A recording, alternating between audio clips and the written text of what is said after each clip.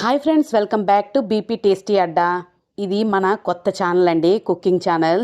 మనుషులందరూ ఒకేలా ఉండరు కదండి, అలాగే ప్రతి ఇంట్లో వండే వంటలు కూడా ఒకేలా ఉండవు. ఇక మీదట ఈ ఛానల్లోని మా ఇంట్లో వండే వంటలు మీ ముందుకైతే తీసుకొస్తున్నాను. తక్కువ ఇంగ్రీడియంట్స్తో చిక్కుడుగాయ ఫ్రై ఎలా చేసుకోవాలో ఈ వీడియోలో అయితే చూసేయండి. ముందుగా చిక్కుడుగాయల్ని చిక్కుకొని పక్కన పెట్టుకోవాలండి. చిక్కుడుగాయలు ఎప్పుడు మజ్జికి విడదీసుకోవాలి, అలాగైతేనే మనకు అందులో పురుగులు ఏమైనా ఉన్నా చక్కగా తీసేయచ్చు. చిక్కేటప్పుడు చిన్న దారంలాగా అయితే వస్తుంది, అది కూడా తీసేయాలండి, లేకపోతే కూర రుచి ఉండదు. చిక్కుడుగాయ కూరకి బాగా రుచి వచ్చేది ఈ పిక్కలు మంచి టేస్ట్గా అయితే ఉంటాయి.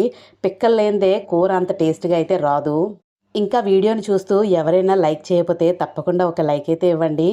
అలాగే ఛానల్ని కూడా సబ్స్క్రైబ్ చేసుకోండి. ఇంకా మంచి మంచి వంటలతో అయితే మీ ముందుకైతే వస్తాను. ఈ కూరకు కావాల్సిన ఇంగ్రీడియంట్స్: పచ్చిమిర్చి రెడ్గా ఉంది అని అనుకోకండి, అది పండిపోయింది, మంచి టేస్ట్గా ఉంటుంది. నెక్స్ట్ వచ్చేసరికి వెల్లుల్లి చిన్న చిన్న ముక్కలుగా అయితే తరిమి పెట్టుకోండి. ఉల్లిపాయలు కూడా చిన్న ముక్కలు అయితే కట్ చేసుకోండి. నెక్స్ట్ వచ్చేసరికి కరివేపాకు, ఇవన్నీ చక్కగా కట్ చేసుకొని ఓ పక్కన అయితే పెట్టుకోండి.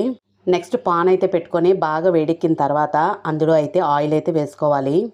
మీరు సన్ఫ్లవర్ నూనె అయినా వాడుకోవచ్చు, నేనైతే నువ్వుల నూనె వేస్తున్నాను, హెల్త్కి చాలా మంచిది కదండి. నూనె కొంచెం వేడెక్కిన తర్వాత అందులోకి మనకు కావాల్సిన వస్తువులు ఏంటంటే, కొంచెం 1 స్పూన్ ఆవాలు అయితే వేసుకోవాలండి.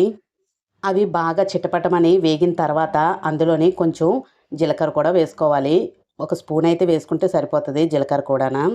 ఆ రెండు వేగిన తర్వాత అందులోని 1 స్పూన్ అయితే శనగపప్పు అయితే వేసుకోవాలి, పచ్చి శనగపప్పు. ఇవన్నీ బాగా దోరగా అయితే వేగాలండి, చూసుకోండి మాడిపోతాయి, సిమ్లోనే వేయించుకోండి.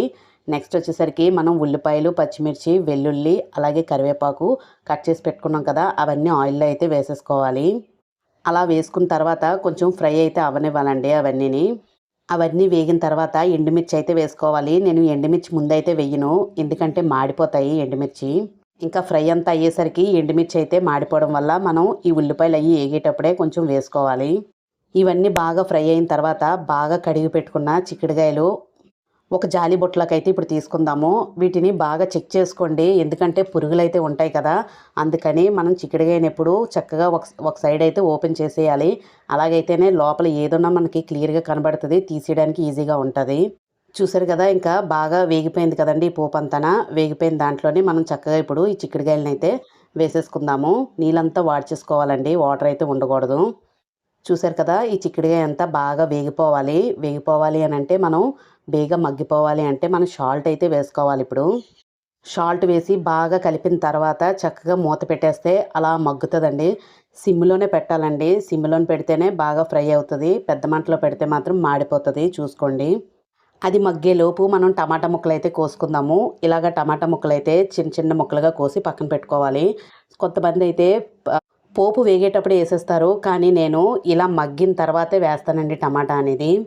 మనం పోపులో వేసేస్తే ఏం జరుగుతుందంటే, ఈ ఫ్రై అంతా అయ్యేలోపు టమాటా అనేది మాడిపోతుంది అనమాట. అందువల్ల మనం ఇలా మగ్గిన తర్వాత వేసుకుంటే జ్యూసీగా చక్కగా ఫ్రై అవుతుంది, చాలా బాగుంటుంది. మీరు అలా ట్రై చేయండి. చూసారు కదా, చిక్కుడుకాయ ముక్కలు కొంచెం ఉడికిన తర్వాత మనం అందులోని టమాటా ముక్కలు వేసుకొని బాగా ఫ్రై చేసుకోవాలి.